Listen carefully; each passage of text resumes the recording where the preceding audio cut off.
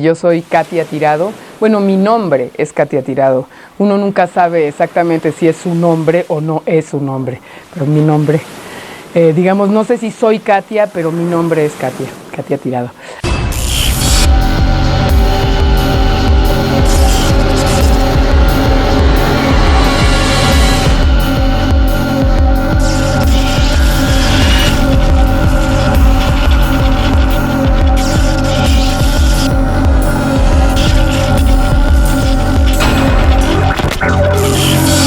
Soy una activista de las estéticas de resistencia.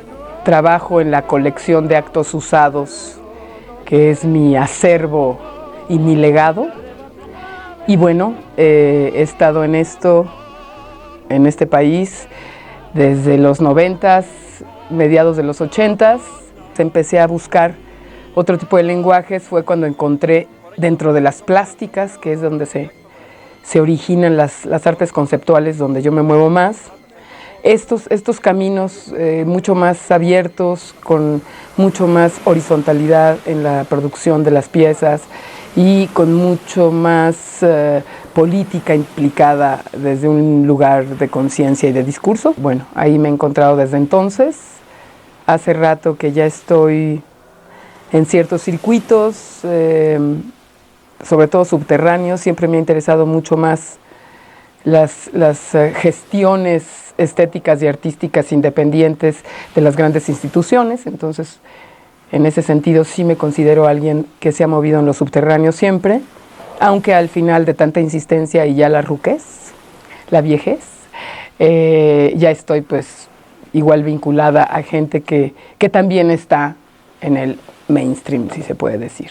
Me ha interesado desestabilizar construcciones de género, construcciones de identidad más allá del género, las fronteras entre lo público y lo privado. Creo que mi lenguaje puede entenderse como una performática de las poéticas del cuerpo.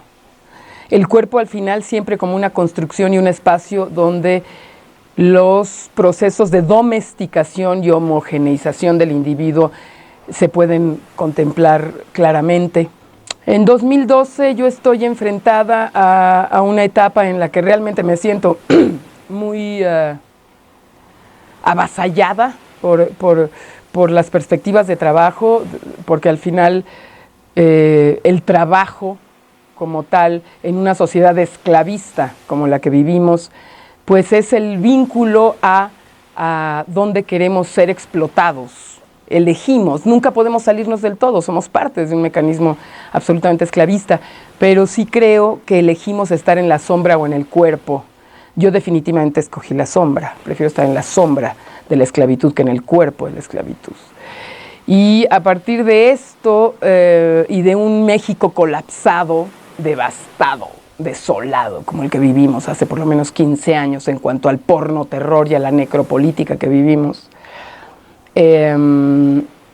decidí que mi trabajo tenía que salirse de las instancias inmediatas de colectividad que yo había formado durante toda mi vida. Desde siempre estuvo claro que me interesaba trabajar para la gente que estaba cerca de mí. Mis más grandes influencias son mis amigos con los que he crecido artísticamente a través de la vida y a través de la práctica de estas estéticas. Y al final nos hemos mantenido muy cerrados en un sentido elitista, se puede llamar. Y siempre ha sido una gran pregunta, ¿cómo sacas esos lenguajes subversivos y radicales hacia espacios donde alcancen más recepción? Es complicado, es complejo. Al final, una de las cadenas más grandes de esta esclavitud psíquica que también vivimos son los grandes medios de comunicación, la televisión sobre todo, el cine y Hollywood exportando sus grandes modelos de frustración general, menos a la super mini élite privilegiada que lo conforma, los dueños del mundo de alguna manera. Entonces, realmente luchar contra eso ha sido muy complicado. Tuve una necesidad y una urgencia de ampliar esa esa práctica, ese activismo estético que me llevaba a estar siempre en los, pues al final en la tribu subversiva y radical a la que siempre he pertenecido. Y sobre todo muy preocupada por la realidad nacional y sintiéndome cómplice, al final todos somos cómplices. ¿Cómo le hacía yo? ¿Cómo me incidía? ¿O de plano me valía madre? Pues no me vale madre, la verdad. No puedo decir que estoy desolada también, como el país. O sea, me parece que lo que vivimos es una operación de extinción y de limpieza racial y de clase. Una eugénesis muy severa y delicada, encubierta bajo las grandes titulares de la narcoestado o la narcoguerra. Para mí, en realidad, esa violencia creada y producida por el narco es una pantalla para el final del saqueo postcolonial que vivimos actualmente. Cubre, desestabiliza las regiones para poder explotarlas al final, terminarlas de vaciar. Estaba buscando una temática que realmente me importara y que pudiera trascender estos espacios que estaba buscando trascender. Buscando, llegué a la vida de mi padre. Me parecía, encontré que la vida de mi padre podía ser un ejemplo muy interesante para hablar de cuestiones que necesitaba hablar. Viendo su vida y viendo su vida de maestro rural, me parecía muy interesante. ¿Por qué? Porque la educación me parece la plataforma más importante de desmantelamiento de identidad en este país. O sea, en los 80s, cuando empieza el neoliberalismo, lo primero que se ve agredido y violentado son los programas educativos. Voy a dar un ejemplo sencillísimo con el que se puede entender todos los criterios que después empezaron a aplicar justamente los grandes neoliberales encabezados por Carlitos, nuestro Carlitos Salinas, el gran depredador y ladrón de nuestra historia, reciente, claro, porque hay muchos. Y es que de los libros de texto de primaria de Historia de México, suprimieron la historia prehispánica y a partir del 87 empieza la historia de México con la llegada de los españoles. Por ejemplo, empecé con un trabajo en especial Blanco Móvil, en los que en Tamaulipas, donde estaba viviendo, me vinculé con un maestro de tiro de rifle, de un entrenador, un hombre que había estado vinculado también a seguridad pública, que inclusive entrenó a los Zetas cuando los Zetas eran un grupo de élite del ejército mexicano, pero un hombre de izquierda, un hombre comprometido. Y le propuse que quería balacear los libros de texto en un desdoblamiento performático de esta primera frase que sería el ataque a la plataforma educativa como el desmantelar la información que puede producir pensamiento crítico en todos estos seres que ahora más bien son el ejército desechable de la gran máquina de guerra, que son los sicarios y los niños más olvidados, más marginados de la sociedad, que es esta ruralidad ultra pobre, donde han crecido en tales condiciones que por supuesto si llegan y les ofrecen 3,000 pesos a la semana por estar de halconcitos en una esquina diciendo el movimiento de los personajes importantes locales, pues para ellos es verdaderamente una fortuna y un espejismo de bienestar que han conocido solo a través justamente de la televisión y de Hollywood, ¿no?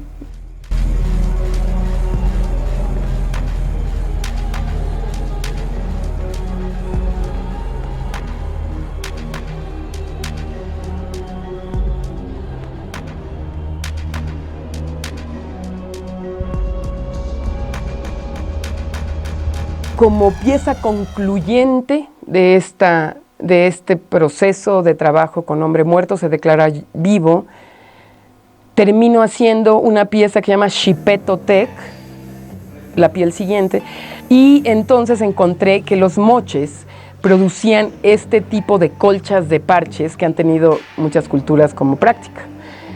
Las colchas de parches además son quilt, el quilt, no hay una expresión en español para ello. Entonces, como movimiento incorporo el movimiento, o sea, de la Latinoamérica amazónica, decido quedarme con el movimiento antropofágico, y de Mesoamérica, ¿qué agarraba? O sea, ¿qué agarraba de esto que vivimos? ¿Dónde me agarraba yo para ese desdoblamiento? Y bueno, por supuesto fue Xipetotec, que el Xipetotec es una deidad azteca. Los aztecas eran unos grandes imperialistas precoloniales, pero imperialistas absolutos, sexistas y jerárquicos absolutos. Pero el Xipetotec, dentro de su sistema mágico, es una deidad menor que lo que hace es un poco lo que hace Kali en el sistema mágico de la India, del hinduismo, que es baja a los dioses de la soberbia y del orgullo a la tierra. El Xipetotec es una deidad que ante la esterilidad de la creación, cuando la creación es consumada, termina de ser, y los dioses creadores principales la concluyen, es estéril, no nace nada. Y entonces se pregunta, pero si es tan perfecta, ¿qué ha pasado? Y el Xipetotec les dice, están demasiado orgullosos de ella, por eso es estéril. Yo les voy a enseñar. Y entonces se desolla a sí mismo, se quita la piel, o sea, la identidad del yo, el ego, y con su sangre riega la tierra y de ahí sale el maíz, es la deidad del maíz. Son los granos del maíz cayendo en la tierra, el Xipetotec. Entonces me parecía una imagen perfectamente congruente con el nivel de porno-terror que hemos vivido y que se ha construido en los últimos 20 años, 15 años en México. Entonces decido construir una máquina de traducción de memoria donde convoco estas historias y las doy a tatuadores para que las ilustren en pieles de puerco, que después yo en acción coso un pedazo con otro, construyo una quilt con estas pieles, para luego que la quilt está terminada, perforar las pieles, obtener el pequeño pedazo tatuado, cocinarlo y comerlo. En un ritual cívico de consumo de recuerdos y de cagar el trauma y dejar atrás el proceso doloroso para quedarse con lo nutritivo únicamente. El Xipetotec como pieza que por primera vez aparece al público, digamos, a la audiencia en Polonia, tuvo tres espacios después en México muy importantes. Uno se da en la cantina La Faena. Entonces La Faena fue un espacio muy, muy importante para volver a hacer la pieza Xipetotec. Esto además después de que pasa lo de Ayotzinapa. En la cantina de La Faena estuvo 2 días, al día siguiente se supone que se cocinaba. Es una pieza que sí dura más o menos 7 u 8 horas, entonces es una pieza que también involucra una propuesta antiespectacular, o sea, de una narrativa no lineal. No es una pieza que inicia, que tiene un desenlace y que finaliza. Es una pieza duracional que lo que propone justamente es esta independencia de la narrativa lineal a la que nos tiene tan acostumbrado el Occidente y el cristianismo, por supuesto, porque nosotros nacemos, nos reproducimos y morimos para ganar el cielo o el infierno. Y esto los anarquistas milenaristas de la historia lo han negado diciendo la historia es cíclica, no es lineal. Y en ese sentido, Xipetotec se sincroniza con las teorías anarquistas milenaristas que plantean a la historia como un ciclo y no como una linealidad. Seguimos adelante desde una precariedad insultante. De los que trabajamos en estas estéticas de resistencia realmente tenemos muy poco apoyo, pero es un modo de vida. Y el lujo del tiempo y el espacio para que esta subjetividad y este pensamiento crítico pueda tener formas y desdoblamientos, pues digamos, es el tesoro, ese es el regalo, el presente es el regalo. Así que así nos asumimos, y como decía Cummings,